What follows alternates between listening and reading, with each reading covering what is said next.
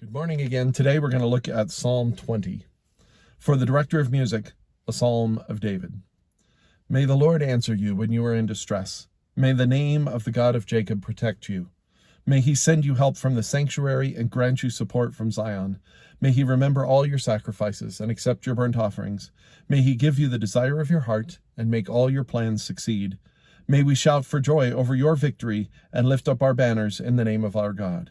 May the Lord grant all your requests. Now this I know, the Lord gives victory to his anointed. He answers him from his heavenly sanctuary with the victorious power of his right hand.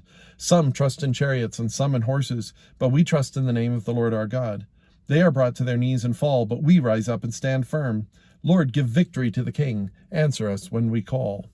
We don't have any context, except we know that it's a psalm written by David. I would guess that from the way this is organized, with the beginning being kind of almost a benediction, we might think of it where they're asking God to help someone else.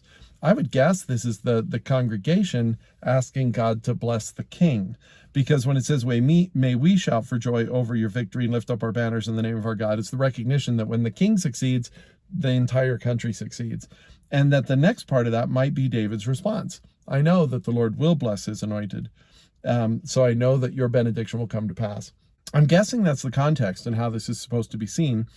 But I do love the fact that the first part's kind of a benediction, that this is something you could say over someone else. And I think one of the things that stands out to me is, I want to say this to you this morning. I just want the Lord to answer you when you're in distress, that as you call out to him today, may God answer you, and may the name of the God of Jacob and the Lord Jesus Christ protect you. May he send you help from his heaven and grant you support. May he remember all that you've done for him and accept them with joy. May he give you the desires of your heart and make your plans succeed. I want to join you in shouting for joy over your victory. So I hope that that's true of you today and this week. And that's my prayer for you.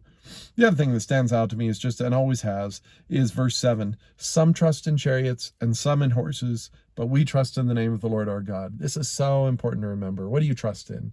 Do you trust in our presidents? Do you trust in our congressmen? Do you trust in our court system? It's not that those things are inherently bad, just like chariots and horses aren't bad. They do have their place. But if you're trusting in them, you're going to find that sometimes they're not enough. You're going to find that sometimes they're going to fail. They're not going to be enough to actually protect you. And people who do will find that they're brought to their knees and fall. But we will rise up and stand firm if we trust in God to answer us when we call. So that's what stands out to me. And I would just ask you, who would you like to pray for today? Who can you pray this benediction for? I think it'd be awesome if we just kind of passed it around today.